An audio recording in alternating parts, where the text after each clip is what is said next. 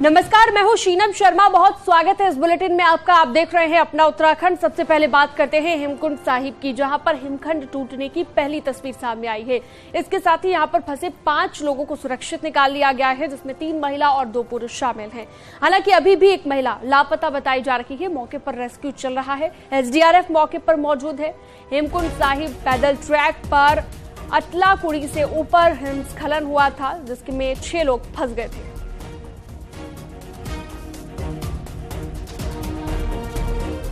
Nitin Semwal phone line पर जुड़ गए हैं ज्यादा जानकारी के लिए। नितिन, अभी क्या स्थिति है वहां पर?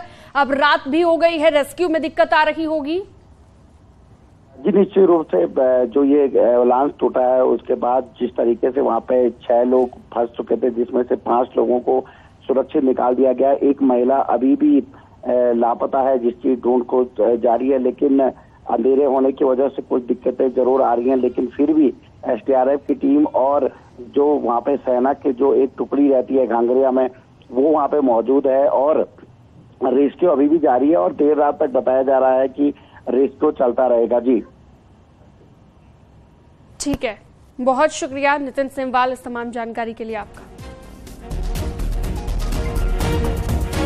आगे बढ़ते हैं। भारी बर्फबारी के बीच गौमुख ट्रैक में फंसे 2 ट्रैकर्स के लिए नेशनल डिजास्टर रिस्पांस फोर्स यानी कि एनडीआरएफ देवदूत बनकर आया है। समय रहते एनडीआरएफ की टीम ने दोनों फंसे हुए ट्रैकर्स को देख लिया और उनको रेस्क्यू कर लिया। दरअसल एनडीआरएफ का अभियान दल उत्तरकाशी में भागीरथी 2 को फतेह कर वापस लौट रहा था।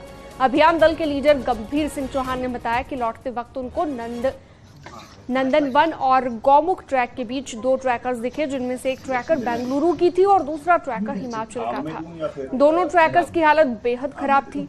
6 घंटे में एनडीआरएफ की टीम ने दोनों ट्रैकर्स को भोज बासा सुरक्षित पहुंचा दिया, जहां पर वक्त रहते इलाज उन्हें मिल गया और स्थिति में सुधार आया।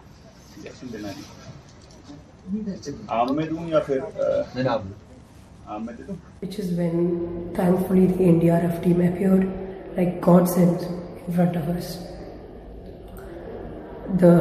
Some of the senior folks of the NDRF team noticed the stage that me and my teammate was in. Even though they had started moving down, the senior person sent a couple of his teammates back up to us, to me and my teammate. Haridwar में Lawrence Bishnoi gang के नाम से रंगदारी मांगने का मामला सामने आया है। मामले में पुलिस ने 2 लोगों को गिरफ्तार कर लिया है। लोगों के खोए हुए फोन से आरोपी व्यापारियों को कॉल करते थे। गैंगस्टर लॉरेंस बिश्नोई के नाम से 20 लाख की रंगदारी मांगी गई थी। दोनों आरोपी हरिद्वार के कोतवाली क्षेत्र के रहने वाले हैं।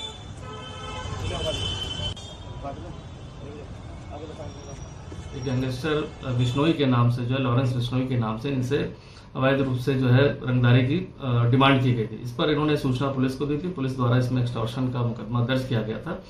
साथ ही साथ जब इन्वेस्टिगेशन चल रही थी, पता चला ये मोबाइल जो नंबर जिससे फोन किया गया था वो राजस्थान क्षेत्र में किसी व्यक्ति का था। पुलिस टीम जो राजस्थान पहुंच के वेरीफाई करती तो पता चलता उनका मोबाइल जो है कुछ दिनों पूर्व ही खो गया था। और चमोली की नीति घाटी में गिरती नदी में नहाते हुए एक मजदूर की डूबने से मौत हो गई। घटना की सूचना मिलते ही पुलिस और एसडीआरएफ की टीम ने नदी से शव को बाहर निकाला और बताया जा रहा है कि मजदूर बीआरओ की अनुबंधित कंपनी में काम करता था और जम्मू कश्मीर के डोडा के छिलकारा गांव का रहने वाला था।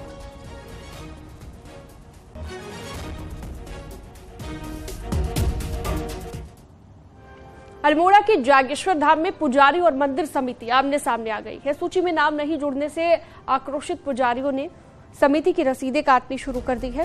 पुजारियों का आरोप है कि सारी औपचारिकता होने के बाद करीब 24 पुजारी अभी तक सूचीबद्ध नहीं हो पाए हैं। पुजारी करीब 6 महीने से नाम चढ़ने का इंतजार कर रहे थे। नाम न चढ़ाए जाने से पुजारियों में आक्रोश बढ़ता जा रहा है। साथ ही पुजारियों की नाराजगी से रसीदों से होने वाली आय पर भी बड़ा असर पड़ेगा।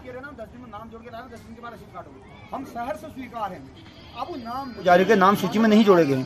बार बार प्रशासन की ओर से, मंदिर समिति की ओर से कहा गया कि नाम जोड़ देंगे, नाम जोड़ेंगे, जबकि तहसील प्रशासन की ओर से बताया गया कि नाम 15 दिन के अंदर जोड़ दिए जाएंगे, लेकिन 7 माह बीतने के बाद भी नाम नहीं जुड़े हैं। अतः पुजारी ने कहा जब तक नाम नहीं जुड़ेंगे तब तक रसीद नहीं कटेगी। तो इनका ये कहना है कि हम इसका पर्ची का बहिष्कार करेंगे, जब तक हमारा नाम नहीं जुड़ेगा तब तक हम ये रसीदें नहीं काटेंगे मंदिर कमेटी की। तो ये अभी स्थिति बिल्कुल तनावपूर्ण है।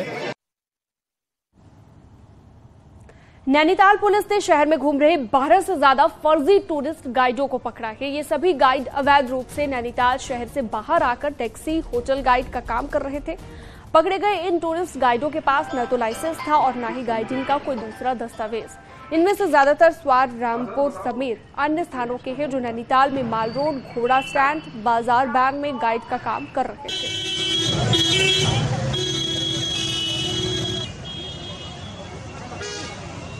लगभग 12-14 लोग जो है बिना लाइसेंस के गाइड पाए गए, उनके खिलाफ हमारे द्वारा पुलिस एक्ट में कार्रवाई की जा रही है। 12-13 लोग हैं। और चलिए आगे बढ़ते हैं। उत्तराखंड में एक हफ्ते में 2 नाबालिग लड़कियों से जुड़े मामलों को लेकर जिस तरह से सांप्रदायिक तनाव बढ़ा है, उससे ये बहस एक बार फिर चलने लगी है कि क्या प्रदेश में डेमोग्राफिक बदलाव के साइड इफेक्ट दिखने लगे हैं। देखिए,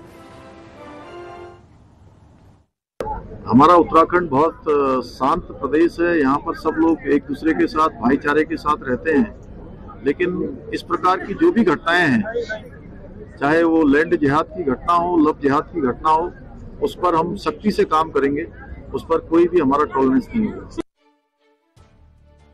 सीएम पुष्कर सिंह धामी कई मौकों पर साफ तौर पर ये कह चुके हैं कि बाहरी राज्यों के लोगों की आवाजाही के चलते उत्तराखंड में डेमोग्राफिक असंतुलन आ रहा है। इस बीच देहरादून के चक्राता और उत्तरकाशी जिले में जिस तरह से नाबालिग लड़कियों को भगाने के मामलों में मुस्लिम युवकों का कनेक्शन सामने आया, उसके बाद से पहाड़ लगातार उबल रहा है। खासकर उत्तरकाशी में पिछले 2 दिनों में जमकर बवाल हुआ है। 2011 की जनगणना के अनुसार राज्य में करीब 14% मुस्लिम आबादी थी। अनुमान है कि अब आने वाले जनगणना के आंकड़ों में आबादी 20 से 25% तक पहुंच सकती है। हिंदू संगठनों का कहना है कि समय रहते जिहादी मानसिकता पर वार होना चाहिए, तो कांग्रेस को इसमें झोल नजर आता है। मुसलमानों द्वारा तो उत्तराखंड में हर जगह, चाहे आप हलाल का मीट देख लो, चाहे आप रेत बजरी का चोरी देख लो, चाहे यहाँ डकैतियाँ देख लो, चाहे क्राइम देख लो, मुसलमान ही मुसलमान नजर आएगा इसमें। और ये मुसलमान उत्तराखंड के लिए धीरे धीरे एक हमारे समाज के लिए और कानून के लिए चिंता का विषय तो है, पर आज हमारे समाज को भी चिंता का विषय है कि इसको रोकना पड़ेगा। हमारा आरोप है कि भारतीय जनता पार्टी इसका केवल इस तरह की बातें करके अपनी राजनीतिक रोटियां सेकना चाहते हैं और प्रदेश का सांप्रदायिक माहौल खराब करना चाहते हैं। गौरतलब है कि उत्तराखंड गठन के साथ ही पश्चिमी उत्तर प्रदेश से बड़ी संख्या में लोग कामकाज की तलाश में राज्य में आए और ये सिलसिला जारी रहा। बताया जा रहा है कि पुलिस को जिस तरह से लगातार वेरिफिकेशन करना चाहिए था, उसमें कहीं न कहीं चूक हुई है। नतीजा अवैध कब्जे, सांप्रदायिक तनाव, लड़कियों और महिलाओं से जुड़ी आपराधिक घटनाओं के तौर पर सामने आने लगे हैं, जिसे डेमोग्राफिक चेंज का बड़ा साइड इफेक्ट माना जा रहा है। न्यूज 18 के लिए देहरादून से सुनील नवप्रभात की रिपोर्ट। बीजेपी के महासंपर्क अभियान के तहत टिफिन बैठकों का दौर शुरू हो गया है। मुख्यमंत्री पुष्कर सिंह धामी ने चंपावत विधानसभा में पार्टी कार्यकर्ताओं के साथ जमीन पर बैठकर भोजन किया, इसकी शुरुआत की। और सहभोज की विशेष बात यह है कि सभी लोग अपने घरों से टिफिन लेकर आएंगे और फिर साथ में बैठकर भोजन करेंगे। मुख्यमंत्री ने कहा कि इससे पारस्परिक सद्भाव, आपसी सहयोग की भावना भी जागृत होती है। पूरे प्रदेश के कार्यकर्ताओं के बीच टिफिन बैठकों का आयोजन हो रहा है। पार्टी का मानना है कि इससे कार्यकर्ताओं में जोश और उत्साह पैदा होता है।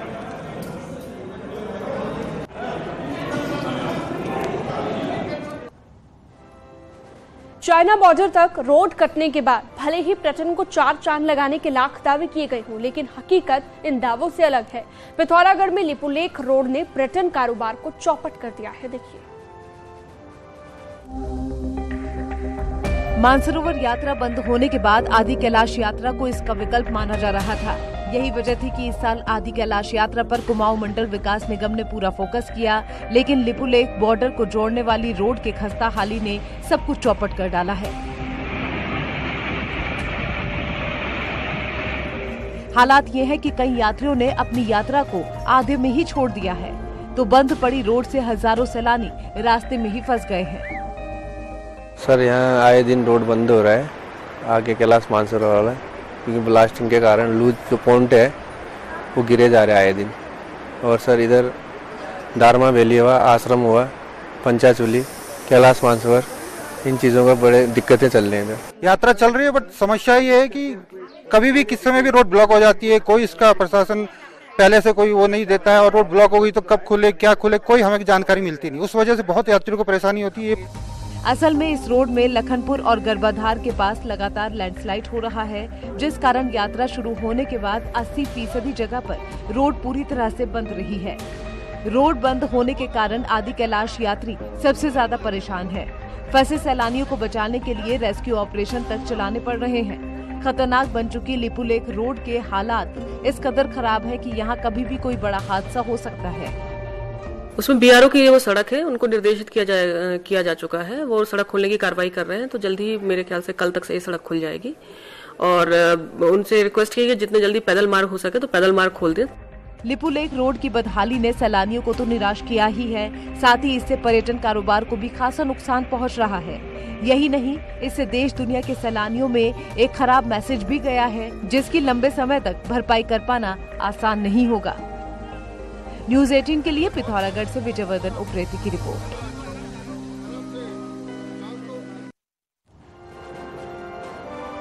आगे बढ़ते हैं। कथावाचक धीरेन्द्र कृष्ण शास्त्री ने बद्रीनाथ जाकर बद्री विशाल के दर्शन पूजन किए, और इस दौरान मंदिर समिति के पदाधिकारियों ने धीरेन्द्र शास्त्री का स्वागत किया। बद्रीनाथ धाम में भी रात्रि विश्राम करने का उनका कार्यक्रम है, और बद्रीनाथ आने से पहले Dhirendra Shastri jolly grant airport पहुंचे, जहां पर पंडित धीरेन्द्र शास्त्री ने लोगों से भी मुलाकात की और बाद में बद्री विशाल के दर्शन भी किए।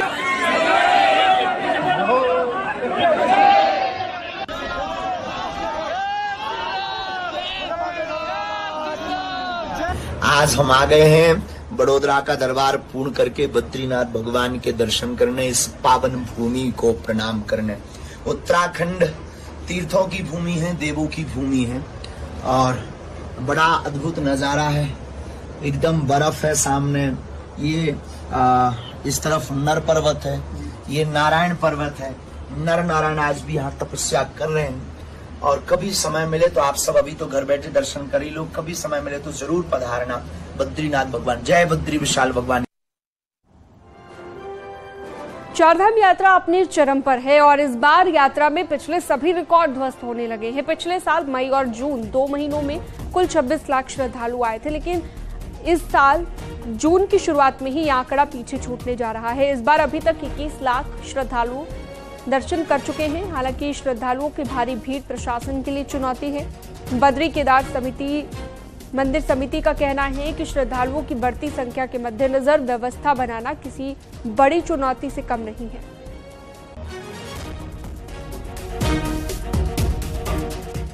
को ये अनुमान लग रहा है कि इस वर्ष जो तीर्थयात्रियों की, श्रद्धालुओं की जो संख्या होगी वो गत वर्ष के जो रिकॉर्ड थे उसको भी ध्वस्त करेगी और नए कीर्तिमान स्थापित करेगी। बड़ी संख्या में जिस प्रकार से खास करके केदारनाथ धाम में श्रद्धालुओं की संख्या बढ़ रही है, उससे कुछ चुनौतियां हो रही है।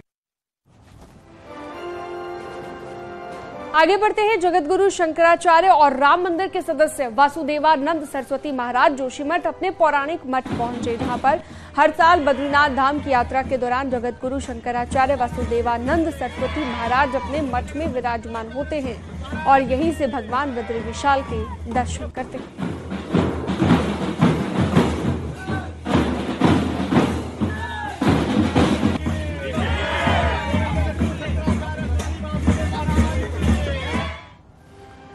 और अब एक ऐसी खबर जो आपके अंदर भी देश सेवा के प्रति जोश जज्बा भर देगी, सेना का सम्मान और बढ़ा देगी। भारतीय सैन्य अकेडमी में ऐसी तस्वीर दिखती है जहां जांबाज कैडेट हर रोज प्रेरित होते हैं। देखिए,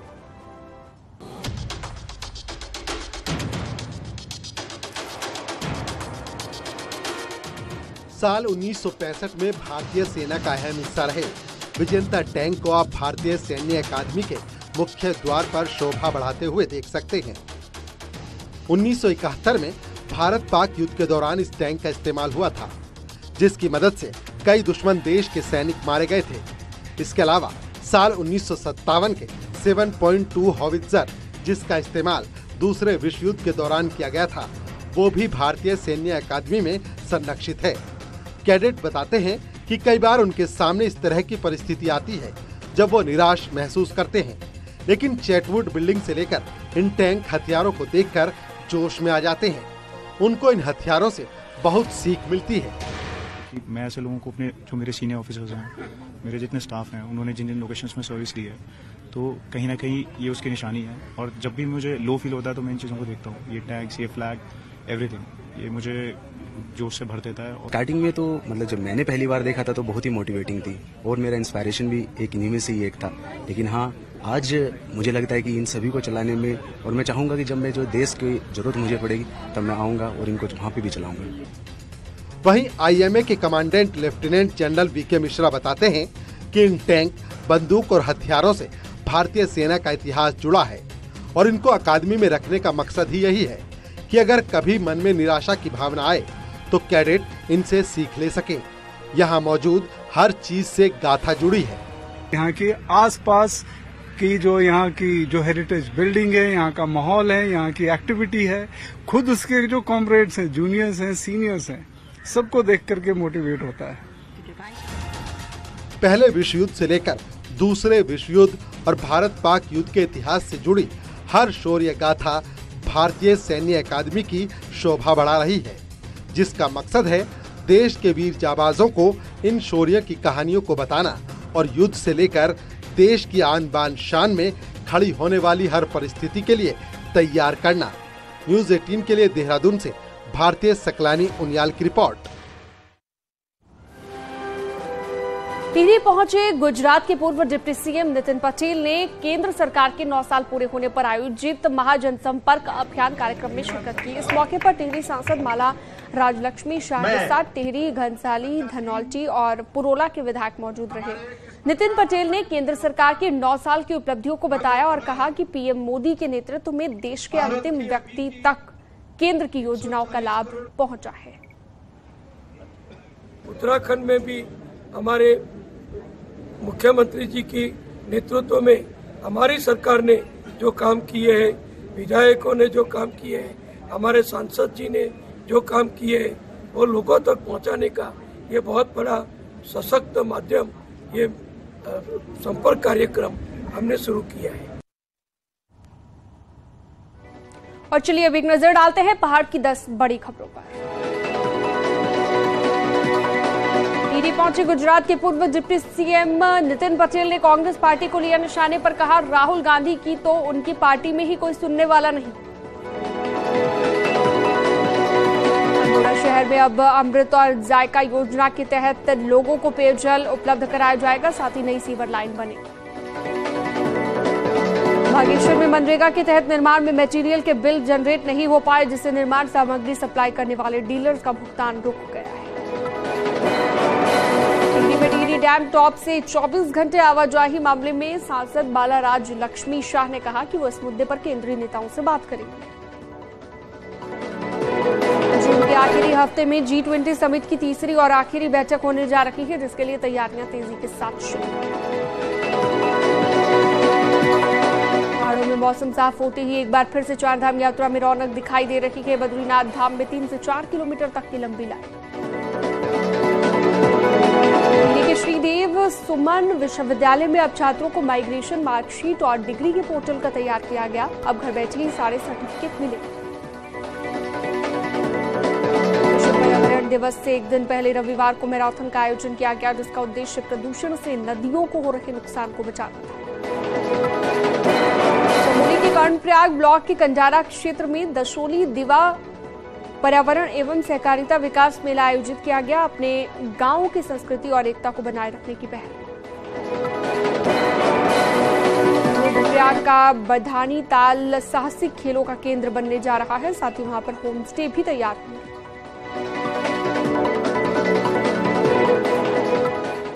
और एक छोटे से ब्रेक के लिए रुकते हैं, जल्द लौटते हैं।